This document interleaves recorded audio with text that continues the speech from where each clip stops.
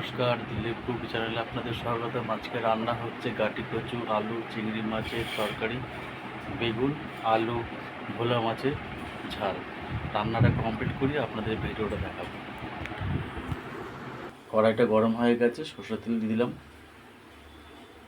তেলটা গরম হয়ে গেছে, ভোলা মাছটা ভাজবো। ভোলা মাছ ভাজা হয়ে গেছে, নামিয়ে নিলাম। মাছ ভাজা তেল ছিল, ওই তেলের মধ্যে কালো জিরে ফোড়ন দিলাম।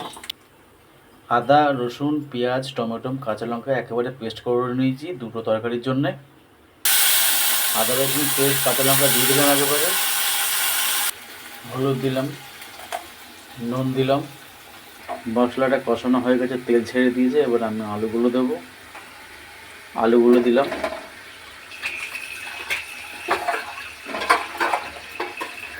কিছুক্ষণ আলুটা কষিয়ে নেবো, তবে বেগুনটা দেবো।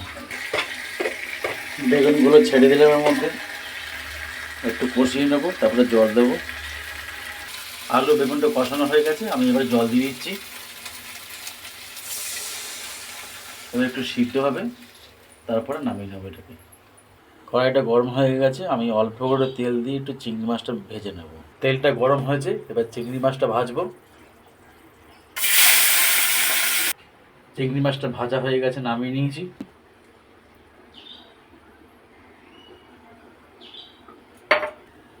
তেলটা গরম হয়ে গেছে, এবার মশলাটা দিলাম। হলুদ দিলাম, নুন দিলাম। মশলাটা কষানো হয়ে গেছে, তেল ছেড়ে দিয়েছে। এবার আমি কচুটা দিয়ে দিলাম, আলুটাও দিয়ে দিলাম, একেবারে কষিয়ে নেব। চিংড়ি মাছটা দিয়ে দিলাম, এবার ভালো করে কষিয়ে জল দেবো। আলু বেগুনটা ভালো মতন সিদ্ধ হয়ে গেছে, এবার মাছটা আমি ছেড়ে দিলাম। কিছুক্ষণ ফুটবে, তারপরে নামিয়ে নেবো আমি। আলু বেগুন ভোলা মাছের তরকারি হয়ে গেছে, নামিয়ে নিয়েছি।